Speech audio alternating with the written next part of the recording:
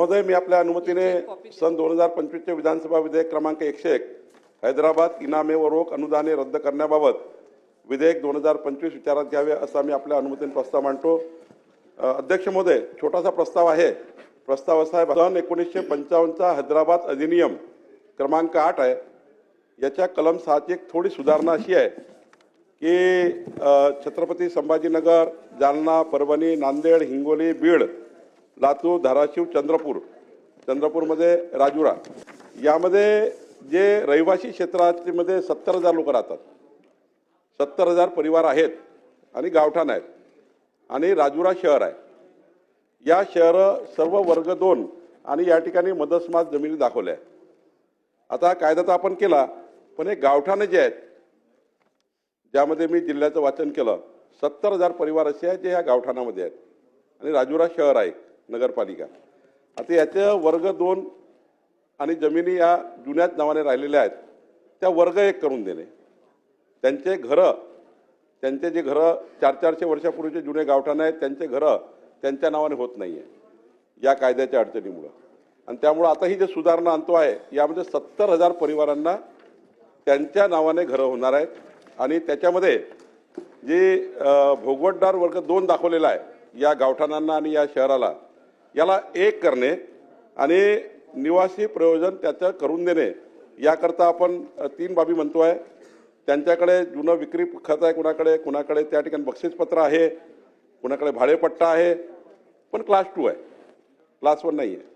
400-400 वर्षापूर्वीचे गावठाण आहेत, पण आता आपण या ठिकाणी वर्ग 1 करताना हे राजुरा आणि हे सर्व गावठाणं यामध्ये एकही पैसा घ्यायचा नाही, अधिमूल्य माफ करायचं आणि अधिमूल्य माफ करून करायचं। दुसरं, याच्याने फायदा काय होणार आहे, त्यांच्या नावानं ते प्लॉट आणि घर होणार जे गावठाण आहे। त्यानंतर त्यांना स्थानिक प्राधिकरणाकडनं नवीन बांधकाम करायचं असेल घराचं, त्यांना आता परवानगी देता येईल। त्यांना परवानगीच मिळत नाही नवीन बांधकाम करायचं असेल तर, 400-400 वर्ष जुने घरं आहेत, बँकेकडून कर्ज मिळत नाही क्लास 2 असल्यामुळं। आणि त्यामुळं आता याच्यानंतर हस्तांतरणाला कुणाची परवानगीची गरज पडणार नाही आपण हा विधेयक मंजूर केल्यावर, आणि 70,000 भूधारक या ठिकाणी याला हा फायदा होणार आहे। यामध्ये आपण एक पुन्हा जे आता नाही आहे ते आणण्याचा प्रयत्न करतोय। सकाळी माझ्या लक्षात आलं की फक्त विक्रीपत्र असेल, फक्त बक्षीसपत्र असेल, फक्त भाडेपट्टा असेल त्यांचंच होईल, बाकीचं काय। पण आता आपण याच्यामध्ये ॲड करतोय, आत्ता आपल्या परवानगीने सर्व सभागृहाच्या प्रयत्न करतोय, सभागृहाने या छोट्याशा सुधारणेला मान्यता द्यावी। खरं तर राजुऱ्यातील जनतेच्या वतीनं व महाराष्ट्रातील जनतेच्या वतीनं आपल्या राज्याचे धडाईचे महसूल मंत्री बावनकुळे साहेब यांचं मनापासून अभिनंदन करतो। आपल्या सर्वांना माहित आहे का महसूल विभाग हा राज्याचा कणा आहे आणि सरकारचं प्रतिबिंब हे महसूल विभागाच्या निर्णयातून लोकांपर्यंत पोहोचत असते। आज या ठिकाणी हैदराबाद इनामे व रोख अनुदान रद्द करण्याचा जो ऐतिहासिक निर्णय घेतला याबद्दल मी राजुऱ्यातील शहरातील जनतेच्या वतीनं आणि राज्यातील जनतेच्या वतीनं बावनकुळे साहेबांचं अभिनंदन करतो। राज्याचे मुख्यमंत्री देवेंद्रजी फडणवीस साहेब यांच्या नेतृत्वामध्ये गेल्या 1 वर्षामध्ये या राज्यातील 12 कोटी जनतेसाठी ऐतिहासिक व क्रांतिकारक निर्णय महसूल विभागाने माननीय बावनकुळे साहेबांच्या नेतृत्वात घेतले, याबद्दल मी साहेबांचं मनपूर्वक अभिनंदन करतो। आणि राजुऱ्याबद्दल बोलताना मी एवढंच सांगतो की या ठिकाणी ज्या बिलामध्ये साधारण सर्व गोष्टी आल्या, पण ग्रामपंचायतची जी प्रॉपर्टी असते ते नमुना 8 वर असते आणि नगरपालिकेची प्रॉपर्टी हे प्रॉपर्टी टॅक्स रजिस्टर त्याला नमुना 43 म्हणतो। याच्यामध्ये एनए शिवायचे जे प्रॉपर्टी धारक असतात हे याच्यामध्ये येत असते। तर माझी फक्त एवढीच विनंती आहे साहेबांना की आपण जे एनएच्या प्रॉपर्टी आहे ते याच्यामध्ये आपण मोफत वर्ग 2चं वर्ग 1 करणार आहोत। फक्त ग्रामीण भागामध्ये ग्रामपंचायतचा नमुना 8 आणि शहरामध्ये नमुना 43 वर एनए शिवाय ज्यांच्या प्रॉपर्टीच्या नोंदी झाल्या त्यांना सुद्धा वर्ग 2चं वर्ग 1 करताना विनामूल्य करावं, एवढी सुधारणा करावी अशी मी साहेबांना विनंती करतो।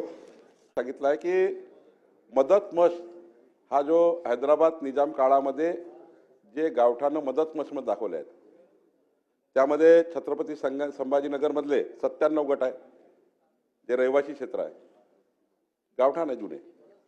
जालन्यामधले 10 गट आहेत, परभणीमध्ये 29 गट आहेत, नांदेडमध्ये 627 गट आहे, हिंगोलीमध्ये 97 गट आहे, बीडमध्ये 507 गट आहे, लातूरमध्ये 607 गट आहे, धाराशिवमध्ये 463 आहे, चंद्रपूरच्या राजुऱ्यामध्ये राजुऱ्यात 10 गट आहे जे शहरात आहे। हे एवढ्या पुरतं आहे आणि याचा संबंध देवस्थान इनाम जमिनीशी नाही या बिलाचा। फक्त 1955च्या हैदराबाद अधिनियमामध्ये जे हे गावठाणामध्ये गट आले आहे एवढाच आहे. या व्यतिरिक्त या बिलाचा काही संबंध कुठल्या गटाशी नाही आणि त्यामुळं सभागृहाने एकमताने याला मान्यता द्यावी. विधेयक क्रमांक 101 हैदराबाद इनामे व रोख अनुदाने रद्द करण्याबाबत सुधारणा विधेयक 2025 संमत करावे.